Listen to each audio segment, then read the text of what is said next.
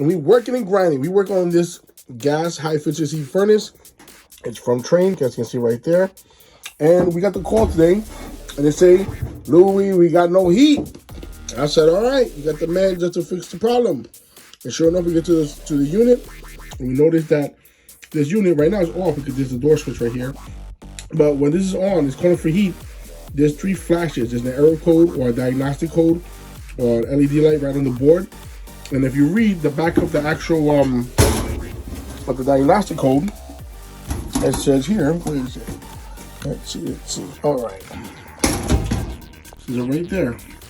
3 flashes. 3 flashes means a pressure switch error. I did check the pressure switch. The pressure switch is no good.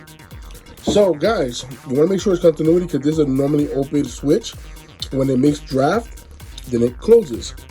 However, you also want to check that sometimes these tubes that they get clogged up, they get full of shit, or they clogged up wherever they're located at or they're connected to.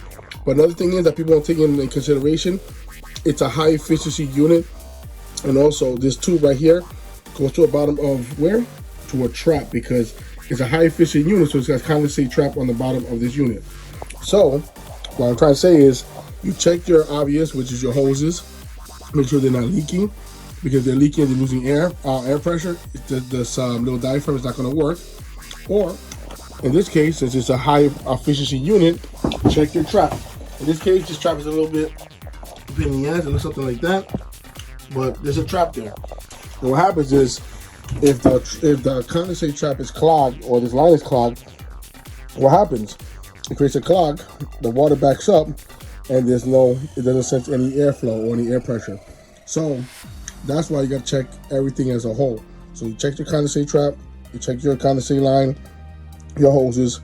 I checked everything. The actual pressure switch has to be replaced.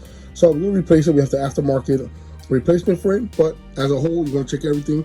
You're going to cover all your bases and cover your ash and make sure everything's working okay. But that's what it is. So just another day with Louis the Boilerman here, fixing the heat, keeping New York City and Long Island warm. If you guys have any questions, call Louis the Boilerman, 516-377-5200.